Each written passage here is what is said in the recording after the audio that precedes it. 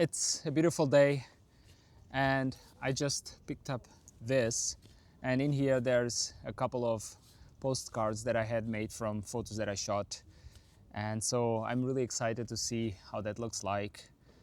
So yeah, let's get home.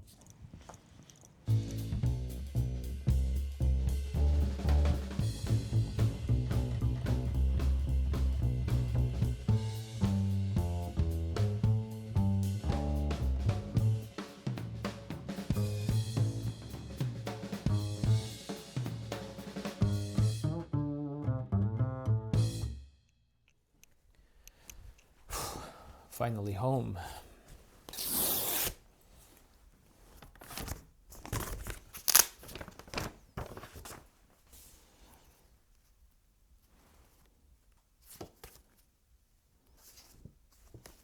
Cool. Let's find a table.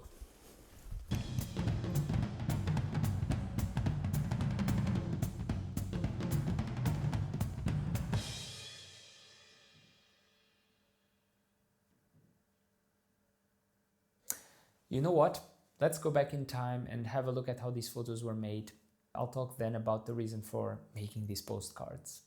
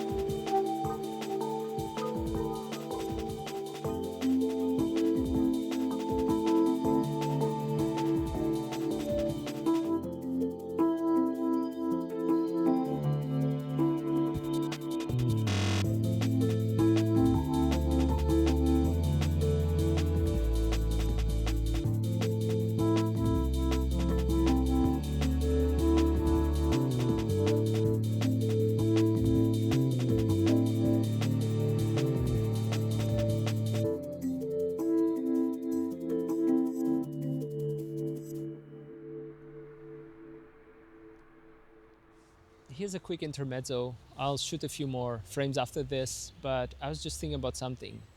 So I'm intentionally looking for places like these, structures that are in decay and abandoned, and there's quite a bit of that around here. I mean, just look at this place. Now, why are photographers drawn to this type of images? Old and forgotten, half abandoned stuff. I think there are two, maybe three reasons. The first one is obvious, and that is emotional. These images create a mood. They create an atmosphere. They can evoke nostalgia or a sense of distance. They can also feel gloomy, gritty. It's all about the feel. The other reason is documentary. It's about capturing the passage of time, preserving traces of history, moments that are already gone or about to disappear. And that's something photography does really well. And then maybe there's a third reason, something more general. And that is, we're all drawn to the marginal aspects of life, to things that sit outside of our comfort zone, outside what is familiar. But most of us don't dare to step outside that comfort zone in real life. But if it's in a book or an image or a film, then we're fascinated by it. And for me, it all comes together somewhere in between. I'm interested in this place. It still feels new to me, even a bit exotic. And at the same time, I do think that these scenes can work as images on their own. They can be visually interesting, even purely from an aesthetic point of view. People might respond to them even without knowing anything about the context. They might feel intrigued. And the other very important part is I do have a connection to this place. So these images will become memories of things that at some point were part of my life. And in a way, I'm photographing them for myself. These are my recorded memories. It's important that this personal connection is there in my photographic journey. Otherwise, just photographing lost places without a connection to create generic images, it feels a bit empty. At least to me, those images would feel a bit empty.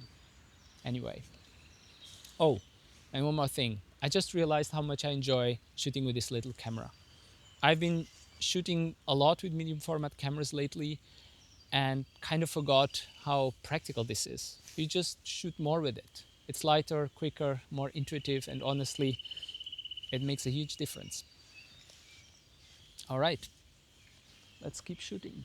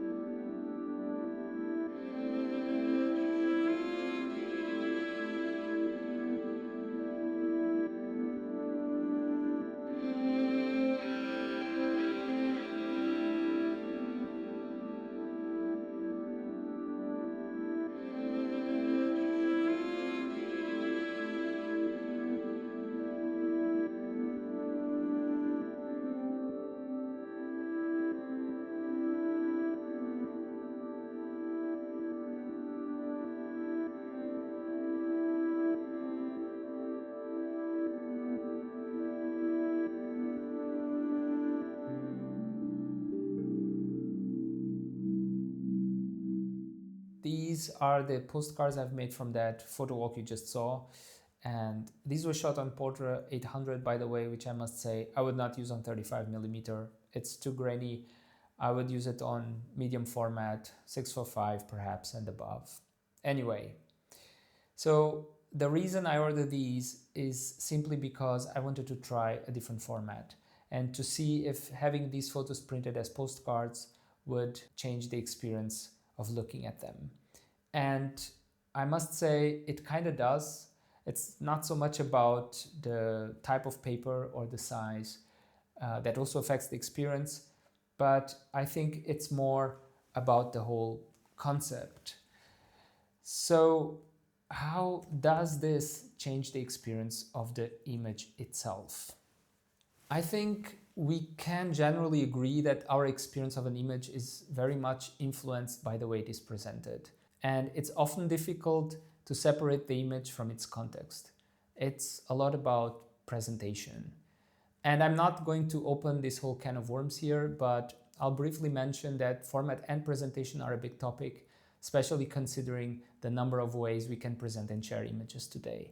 From digital images that are viewed on screens, websites, and social media platforms, to books, gallery prints, and so on. I personally share some of my images on social media, and I think there are benefits to that, but I also print my work, and for a couple of reasons, I consider that to be the best and most accurate representation of what I want those images to be. Now, the point here is context and format really do change the way we perceive an image. So what does the postcard format in specific does to a photograph? How does it change its meaning? Now, sitting here in my kitchen, looking at these postcards, they feel personal and connected to everyday life. They also feel practical and cheap. And I imagine the experience would be quite different if I were looking at these images framed in a gallery, for example. But with a postcard, an image feels more like a souvenir, something connected to a personal story, something meant to be used and shared. And that might well be the main concept of the postcard format. The use of an image, usually created by someone else, to communicate and share a personal experience or story. And I think that having your own images printed in this format says something about how you see them, and it will influence how others experience them as well. It's like saying, these are pieces of personal stories, places I've seen, streets I've walked.